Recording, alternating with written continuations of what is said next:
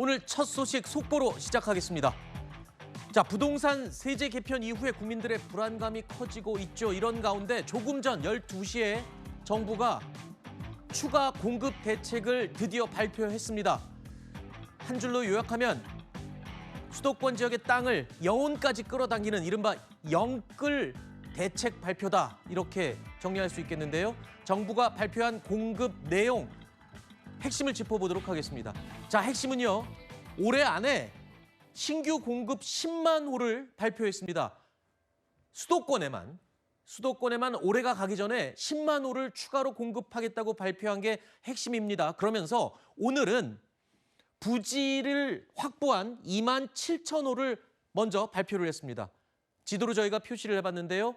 보시는 것처럼 서울 강서의 염창공원 인근에 1,000호, 그리고 경기도 광주 장지동 일대에 4,500호, 그리고 가장 큰 규모죠.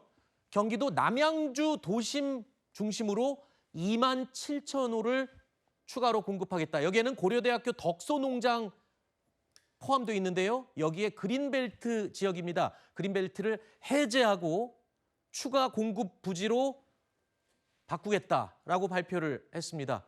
자, 이렇게 지금까지는 3곳이 추가 공급지로 선정이 됐고요.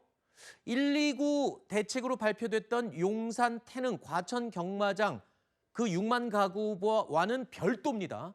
추가로 10만 호를 올해 안에 공급하겠다. 이렇게 한 겁니다. 자, 지금 아래 속보가 나가고 있죠. 서울 강서 염창공원 일대, 남양주 일대, 경기도 광주 일대, 일단 부지가 확보된 2만 7천 가구를 발표를 한 겁니다. 자, 당초에 5만 호에서 6만 호 정도의 추가 공급 대책이 발표될 거란 전망이 우세했었는데 자, 오늘 발표된 추가 물량 2만 7천 호, 그리고 총 10만 호를 연내에 발표를 하겠다. 자, 이렇게 되면 글쎄요. 연내에 10만 호를 공급하겠다는 굉장히 파격적인 조건인데 부지까지 발표를 했습니다. 일단 10만 호 공급이 가능할지도 좀 궁금하기도 하네요. 일단 지금 저 3곳은 제 기억에는 저게 공공택지 지구로 지정돼 있는 대로 알고 있어요. 그러니까 그만큼 부지 확보가 됐다는 소리인데 따라서 착공까지는 시간이 좀 줄겠죠. 택지가 네. 어느 정도 확보가 돼 있으니까. 나머지 7만 3천 호 같은 경우에는 어디다 할지 아직까지 알려지지 않았고 네. 한다 하더라도 그러니까 부지 선정 이후에 착공까지는 보통 한 5년 걸립니다. 네. 근데 정부가 이걸 3년으로 줄이겠다라고 하는 건데 아직까지 물론 잘 됐으면 좋겠고 네. 이 선정되는 부지 자체가 저희가 소위 말하는 역세권 등에 인접했으면 좋겠다라는 생각이고 네. 다만 이제 하나 제가 조금 우려되는 부분은 네. 129 대책 때 했던 그 6만 호 같은 경우에도 네. 20%뿐이 진행이 안 되고 있고 네. 곳곳에서 여러 가지 이유로 좀 진행이 안 되고 있기 때문에 네. 그걸 반면교사 삼아서 이번에는 그런 진행에 장애가 되는 요소를 사전에 좀 제거했으면 좋겠다. 네. 자, 오늘 발표한 부지가 확보된 2만 7천 호 외에 연내에 공급하겠다고 하는 10만 호를 채우려면 이제 7만 3천 호가 부족한데 이 부분 아까 우려를 하셨는데 이 부분도 이제 추가로 발표를 하겠다는 겁니다. 곧 이제 정부가 7만 3천 호도 부지 함께 발표를 하겠다라고 했습니다. 저도 이게 궁금합니다. 129 대책 때 이미 6만 호를 발표를 했어요. 용산, 과천, 태릉. 근데 지금 여러 차례 보도가 됐습니다만 이 지역도 지금 서울시의 반대에 부딪혀 있거든요. 네. 그런데 지금 이제 추가로 부지 확보됐다는 2만 4천 호. 자, 2만 7천. 2만 7천 호. 이런 경우도 혹시 반대에 부딪히진 않을지 좀 걱정이 되기는 하거든요. 뭐 제가 볼 때는 이미 그 정부의 발표와 서울시의 입장이 다른 상황이기 때문에 네. 그 부분들에 대한 충돌과 조율이 필요하다는 얘기가 나오는 상황이고 네. 지금 발표된 내용들은 제가 볼 때는 일정하게 그런 부분들에 걸림돌은 없을 거라는 생각이 들긴 하는데 그래요? 그래서 지금 민주당 같은 경우는 이 부분과 관련해서 법률을 통해서 그러니까 네. 특별법 같은 방식을 통해서 이 부분을 풀어가는 방식 하나 하고 네. 또 지금 오늘 발표한 거 보니까 금융지원, 그러니까 네. 이제 PF, 파이낸싱을 하는 거죠. 그래서 네.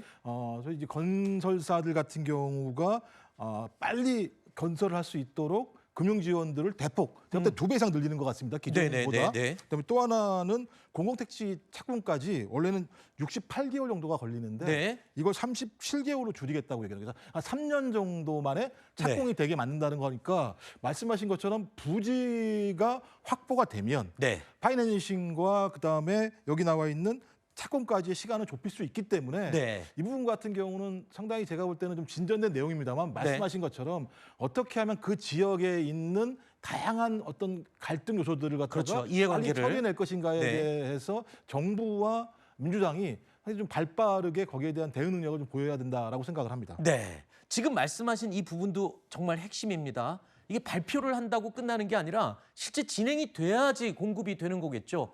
앞서 이야기했던 129 당시에 발표됐던 핵심 지역 용산, 태릉, 과천, 경마장 이곳들은 아직 한 곳도 삽을 뜨지 못한 상황이죠. 이에 대해서 어떤 대책을 내놓을지도 궁금했었는데 오늘 정부가요. 속도전을 예고했습니다.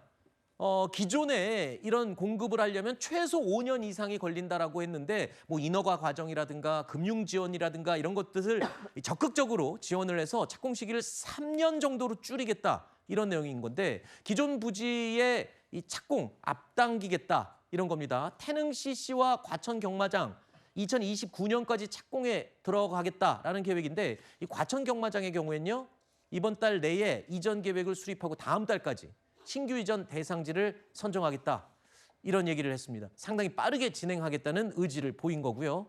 만가구 공급 계획을 발표했던 용산 국제업무지구의 경우에는 서울시와 협의를 해서 2028년 착공하겠다라고 밝혔습니다.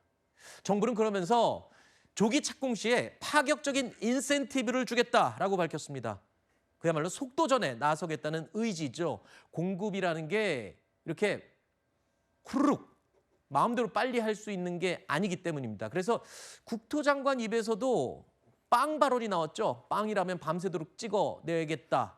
그 말은 즉 공급이 쉽지가 않다. 속도전을 벌이기 쉽지가 않다라는 걸 국토교통부 장관이 시인한 셈인데 지금 발표된 내용은 빠르게 속도전을 내겠다고 얘기를 합니다. 그것도 임기 내에 이 현실성이 있는지도 좀 궁금하네요. 그렇죠.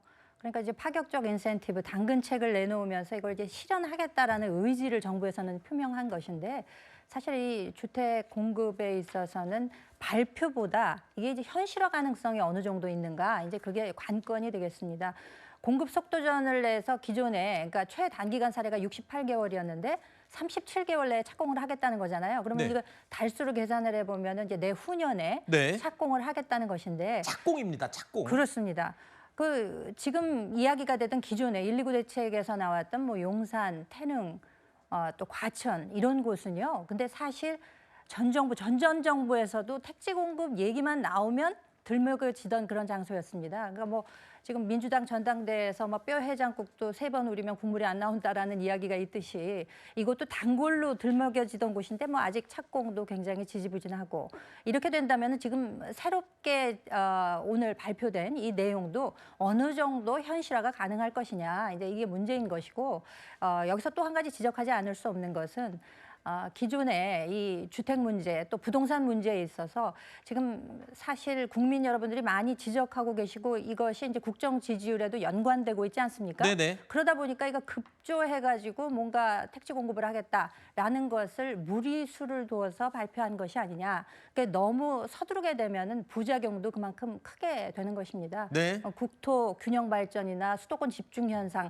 이런 큰 그림에서도 생각을 해봐야 되는데 네. 지금 부동산 뭔가 큰 소리가 나오고 있으니까 이에 대해서 좀 당근책으로 이걸 제시하겠다 네. 하는 것은 국가 100년 대계로 볼 때 과연 온당한 것이냐 네. 이런 물음도 제기하지 않을 수가 없습니다. 네.